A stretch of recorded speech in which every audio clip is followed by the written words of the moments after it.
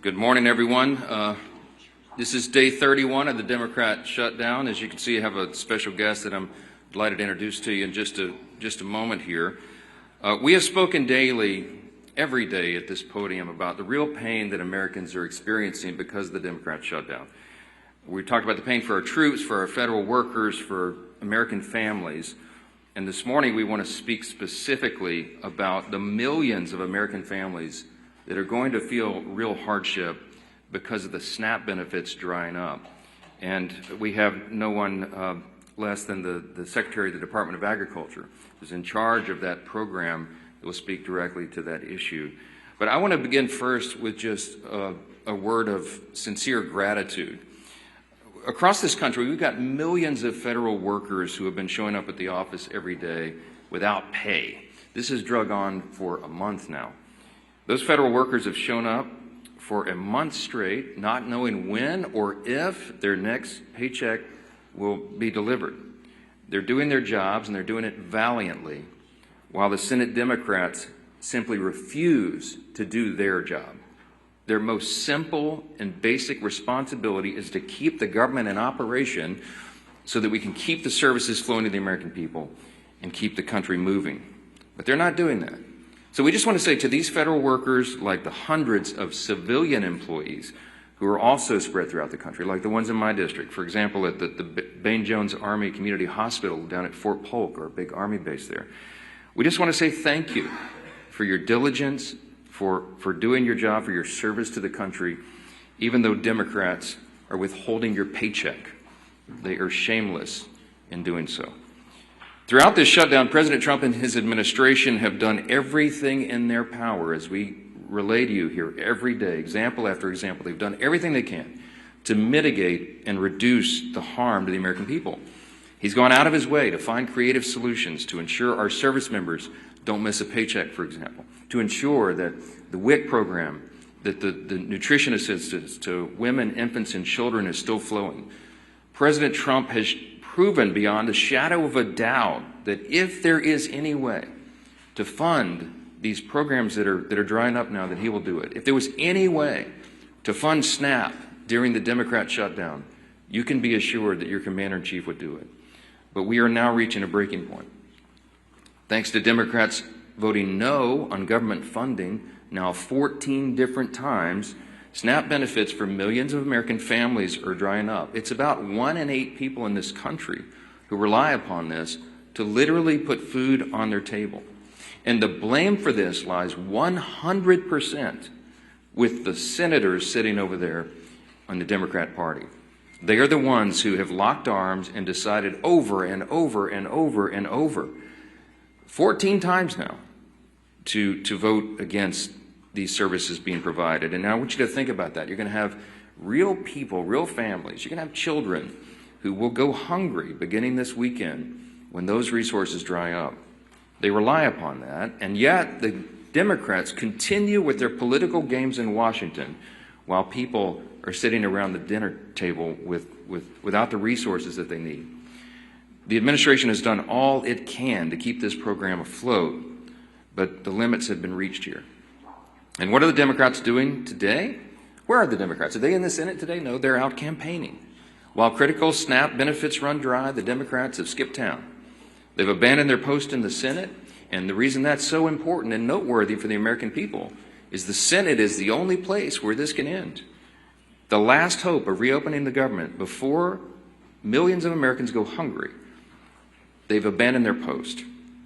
Democrats are now this is the incredible part, they're now trying to somehow blame Republicans for cutting off SNAP, when Republicans, remember, are the ones who have voted 14 times for the SNAP benefits to flow. It's the Democrats who voted every single time to turn that off.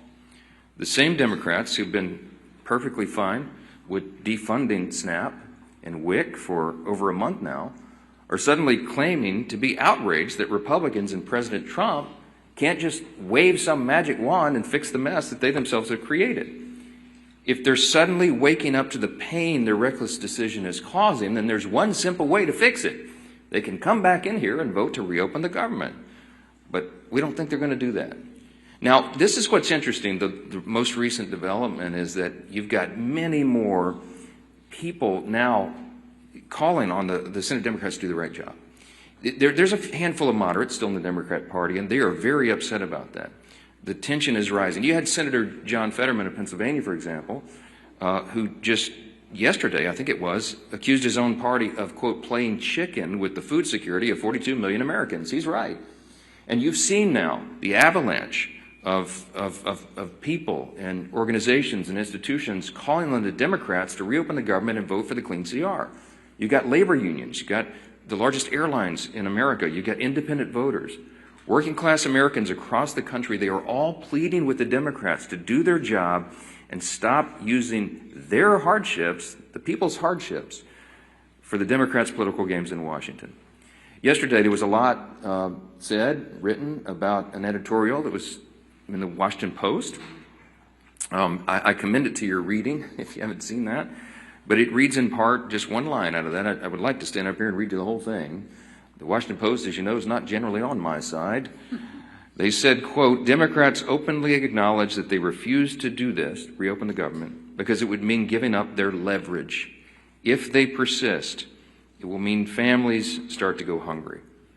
Now, look, this isn't some novel idea. As you know, the Democrats have always traditionally said, breathlessly, given speeches passionately saying that you've got to keep the government funded. You should never shut it down. It would be so dangerous. And we've recounted this over and over. I mean, I literally could be here all day reading the Democrats' own past statements on the perils of shutting down the government, but I'm just going to highlight a couple this morning because they're relevant and timely. I'll begin with Senator Coons. He's the senior Democrat senator from Delaware. In 2013, he said this, quote, our democracy cannot function if the majority party threatens to shut down the government unless it gets its way, unquote. And that was Senator Coons in 2013. And what is he saying now? Earlier this week, he said, quote, frankly, this is our only moment of leverage. Quite a switch. Bernie Sanders has got a lot of airtime here lately, and back in 2018, Senator Bernie Sanders said this, quote, the truth is that shutting down the government is a serious and dangerous action that we must do everything possible to prevent. That was in 2018. You know what he said this month? Quote, if we reopen the government, we lose our leverage. Senator Sheldon Whitehouse in 2013. The shutdown was, quote, entirely unnecessary and has harmed our economy and our reputation in the world. But if we also can't forget, we must never again allow extremist hostage-taking to create this kind of disruption. That was 2013. Just days ago, the senator from Rhode Island said the opposite. It's the only lever we have, meaning the shutdown. What he means is that the pain of the American people is their political lever. I guess he's forgotten his cries of alarm over the extremist hostage-taking. And how about the House? Infamously now, we all know, the Democrat whip, Catherine Clark, the second highest ranking Democrat in the House, said, quote, just last year, she said, they are taking a non-issue, a false flag, and saying this is the reason we can't proceed. It is a dangerous precedent to be threatening a shutdown. That's what she said in 2024. Now, what'd she say about a week ago? The opposite, quote, of course, there will be families that are going to suffer here, but it's one of the few leverage times we have. Many House members have echoed the same hypocrisy, and I'm not going to waste our time with it this morning, but I do want to leave you with this quote from Chuck Schumer because he is the actual architect of the shutdown. He is the one that is preventing the Senate Democrats from doing the right thing. In March of this year, as you know, he voted on the same CR to avert a shutdown. And he said then, quote, in his speech on the Senate floor and in a bunch of interviews, this is what he said on the Senate floor, quote, the CR was certainly bad, but a shutdown would be 15 or 20 times worse. It was a vote of principle. And today, Chuck Schumer, entirely void of principle, by his own estimation, said, quote, every day gets better for his party. Tell that to the millions of American families facing a hunger crisis now as a direct result of his failed leadership and shenanigans. Those Democrats have all collectively voted 14 times over the last several weeks to reject the clean continuing resolution to fund the government, and they've made it abundantly clear they're going to continue to do that, to hold the American people hostage, so long as it serves their political interest, to look tough to the leftist radicals in their base. Republicans have done our part to end the government, the Democrat shutdown, and now it's time for Democrats to do theirs. The path forward is simple. Please, please, every American who is concerned about this, every American that is feeling the harm, you should call the Senate Democrats and tell them to stop the nonsense. Echo the voices of the unions, of the airlines, of hardworking people everywhere, and tell them to stop doing this and open the government. We have to do that. 42 million Americans are set to miss meals starting tomorrow, and this should be the easiest vote they've ever taken in their lives.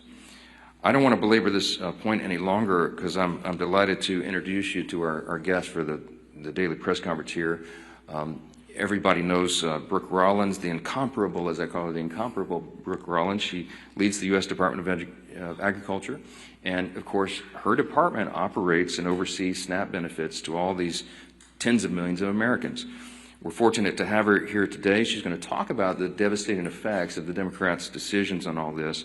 And I'm delighted to give her the podium now. Brooke, so thanks so much for being here. Madam Secretary. Thank you, Mike, Mr. Speaker. Really great to be here with everyone. I was reminded I was in the Speaker's backyard in Louisiana over the weekend and on Friday, and we went to a restaurant there, and our waiter by the name of Joe was wonderful. He was a multi-generational Louisiana, New Orleans, and he was our server, and he was just so impressive. And towards the end, he brought up that, well, this is a job he had to take because he was furloughed and so was not making any money, and he worked for the federal government. He didn't know who I was. And I said, well, Joe, I can appreciate that. You know, I'm sort of in that world as well. And I said, where do you work? And he said, well, I work for the U.S. Department of Agriculture in their New Orleans office as part of the financial team. And so it just really brought home for me, to echo what Mike said, just thanking so many thousands of federal workers who are showing up, who are still doing their job, who aren't getting paid, those that are now concerned about putting food on the table and making their mortgages and paying their rent, but to be out in the country, I was in Indiana yesterday, and understand the real sort of pain that's being felt. But just to echo a couple of the themes that Speaker Johnson talked about, again, the idea that the Democrats have now for 14 different votes voted to keep the government closed is absolutely unconscionable. Every day they hold the federal government hostage. They are leaving millions of families' livelihoods and critical benefits, including SNAP, hanging in the balance. Of course, we all know the 13,000 air traffic controllers working without pay, many turning to Uber, taking second jobs in restaurants, etc., as this shutdown continues. Hundreds of thousands of federal employees are not receiving a paycheck. Thousands of small business loans are going unapproved each month because of the shutdown, equating to almost $4 billion in capital being taken out of the pockets of small business owners across this country, truly the backbone of our economy. It is a fact that Democrats shut down the government over free health care for illegal aliens and their $1.5 trillion partisan wish list. Democrats need to stop playing politics with the livelihoods of hardworking Americans and open the government now by voting for the clean resolution. We are here today because SNAP benefits run dry tomorrow. So the truth has finally revealed itself, hasn't it? Democrat support for programs like SNAP is now reduced to cynical control over people's lives. This last month has shown that the party who constantly says it puts people over politics does the complete opposite. Millions of Americans, as of tomorrow, will no longer receive SNAP and potentially WIC or even a paycheck. Democrats have instigated a disgusting dereliction of duty unlike anything I have seen in all my years doing this work, all to favor illegal aliens and other radical far-left policies that benefit only a small, tiny sliver of their base. I am embarrassed for Chuck Schumer. He is going out of his way to please the likes of Zohran Mamdani, a man who is polarizing America with his socialist rhetoric and anti-American principles. The very essence of government responsibility is to the citizens who live and work here to protect their interests first, unless you are a Democrat in the United States Senate. Chuck Schumer and the Democrats are doing all this because they fear the socialists and the radicals to their left. Ironically, in leaving American families hungry and American children without food, they are giving a preview of what those socialists will do to every one of us if they ever take power. What you're really seeing here is the end of the Democrats as a responsible party of government, a party that ends governance, a party that ignores Americans, a party that cannot master the most basic principles and processes of government, is a party that cannot be trusted with the reins of power. It isn't oriented toward anything but the end of the system in which it exists. SNAP is arguably just the beginning. The logical and inevitable end to where this all goes is the Democrats and the whole superstructure of constitutional government. President Trump has made it clear, reopen the government, get government funding back on solid footing, restore the confidence of American families who count on programs like SNAP, and stop treating them and their well-being as pawns in a political game, according to the Democrats. Prioritize American citizens, prioritize American families, and prioritize American children. I would like to make a quick note and then want to obviously leave lots of time for questions. Yesterday, I was in Indiana, and I was visiting a soybean farm, a sixth-generation soybean farm, the Everetts. And they have about 1,500 acres right outside of Indianapolis. We were harvesting corn, but they also do soybeans. And as I was there, it occurred to me that what President Trump has been doing over the last week or weeks in fighting across the world to open up markets for American farmers, for American families, while the Democrats are back here playing political games. It must stop. We must get the government open, and our citizens and these voters and our taxpayers and our families and our children expect no less. Thank you all. All right, take a few questions. Chad, go ahead. You're standing up in the back. Go ahead. Hello, Chad. This question for the Secretary. The minority leader in the House said yesterday, Hakeem Jeffries, that the term he used was lying, that some of these SNAP benefits couldn't be liberated. Can you explain, refute that, give us your perspective, what their perspective is, and what your argument is, why it is? Yeah, and I appreciate the opportunity to explain that. So the fact that the Democrats are saying, but wait, USDA has money in their accounts, why it is really their fault, I've seen it over and over and over from some of their leaders, is absolute false, and it is a lie. We have been saying on October 10th we sent messages out, on October 24th we sent messages out.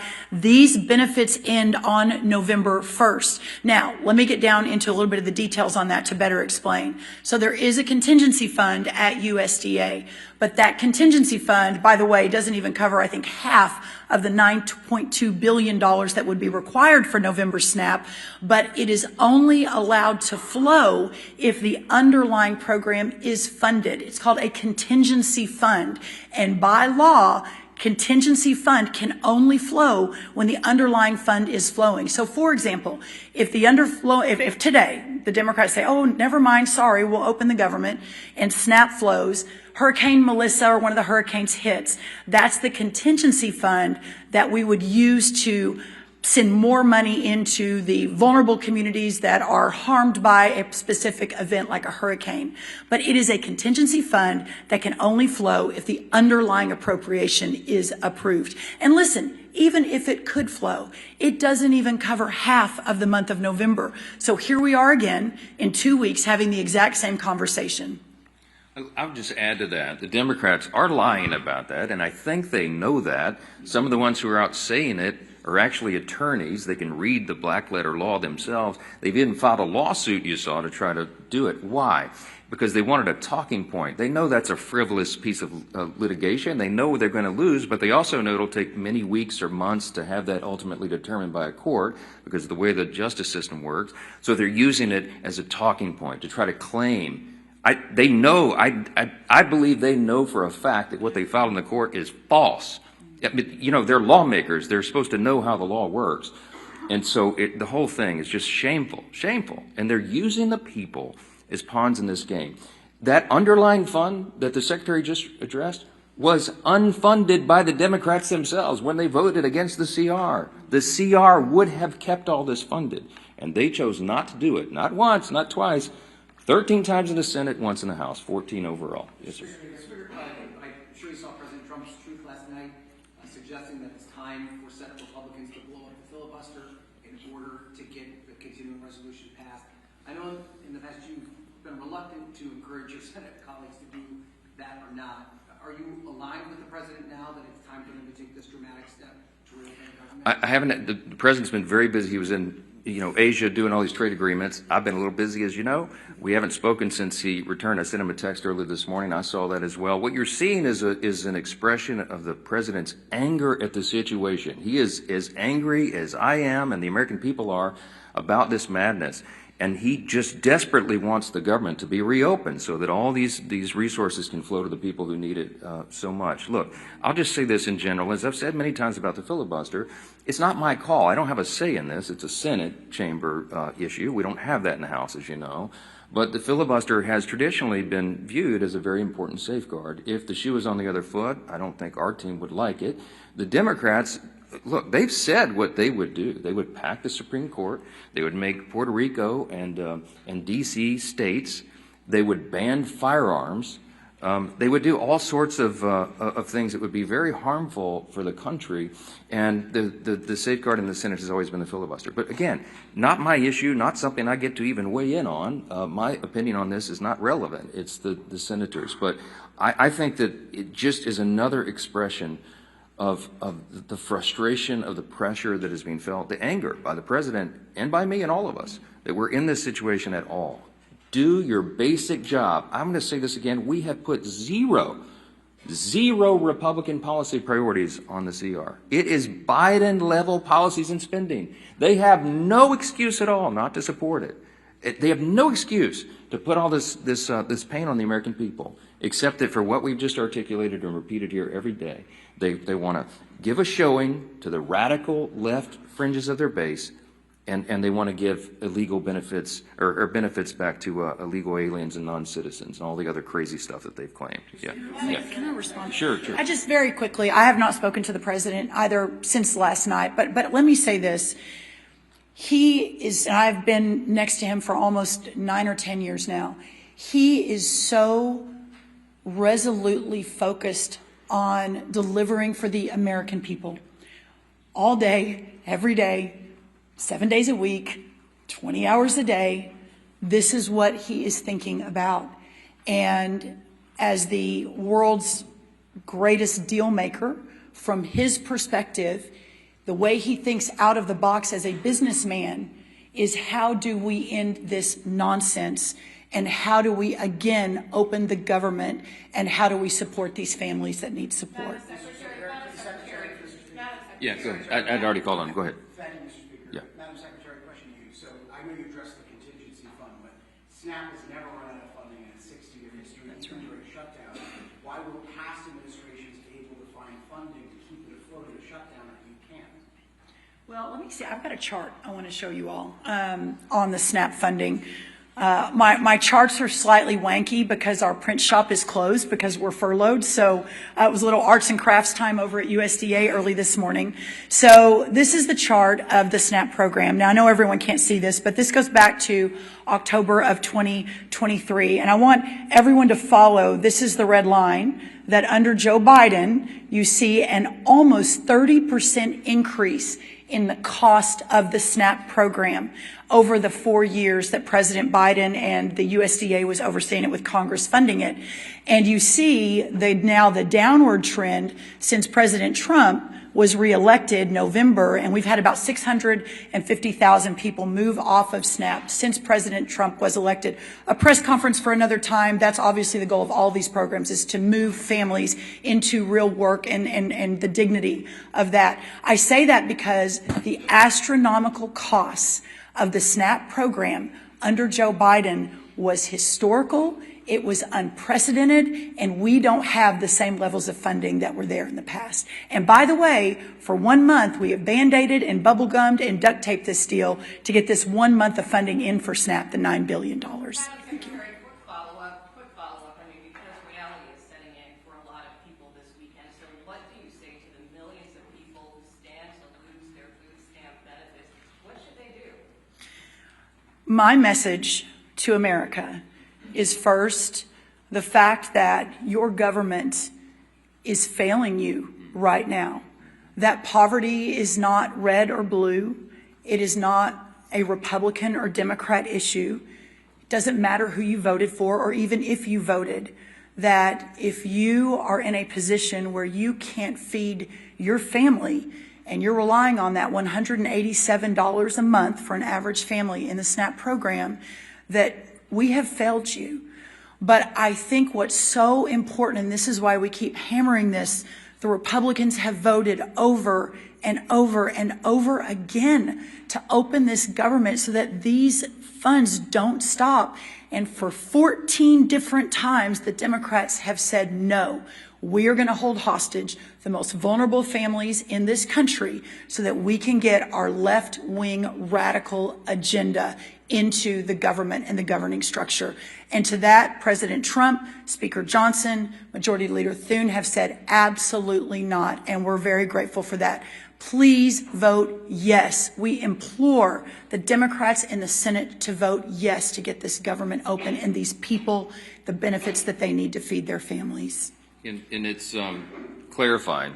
When she says we have failed you, she means we, the Democrats, okay? Because as we've just explained, Republicans have voted 14 times to get this done. The president has pleaded with Schumer and Hakeem to open the government, and they told them no. We're doing everything we can. The Republicans, they say, well, the Republicans are in charge of the federal government. Why can't they get this done? It's simple math. We need 60 votes in the Senate. We only have 53 Republicans. We have to have Democrats. It is the Democrats alone who are failing the American people.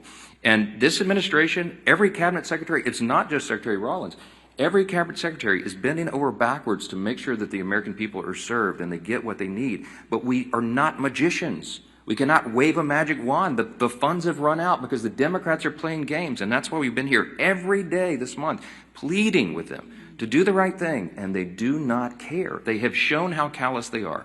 They do not care that people are suffering. And that's who's failed them. It's not the government overall. It's the Democrats who are holding up the government for working for the people. It's a very important thing. Jay, go ahead. You undoubtedly you've seen some of the modest progress in the Senate, at least people are talking about spending, 26 spending. Number one, I want to get your sense for where things are, your reaction to that, and would you bring the House back if they got some sort of agreement on a number of spending bills? Yeah, look, the whole point of this is a very important reminder. The reason we're in this mess is because they voted against the clean CR. What was the point of the CR? The CR was merely to buy us 7 additional weeks to finish the funding of the government, the appropriations process. We were working on that in bipartisan fashion and bicameral fashion. As you know, we had a conference committee set to go on 3 appropriations bills that had passed out of the House. They didn't match the Senate exactly. They were going to work through that. That's the process. And our appropriators, the members of Congress who work on all this funding every day, are raring to go. In both parties, in both chambers, they want to get back to that work, and that is the whole point. Chuck Schumer and the leadership are holding that process up. So am I optimistic that we can get back to that? Yes, but we can't do any of it until they take the simple step to vote on that additional time. It's just a stopgap funding measure to make all these services and funding flow to the people so that we can finish that work. They're holding it up. So I'm heartened, Jake, that we have members on both sides. I had a meeting with the chairman of our Appropriations Committee in my office yesterday afternoon. Tom Cole came in. We were talking about the latest and what those appropriators are doing, the things they're working on. I meet with Leader Thune about it almost daily on the subject. We are ready. The next packages of funding bills are being prepared.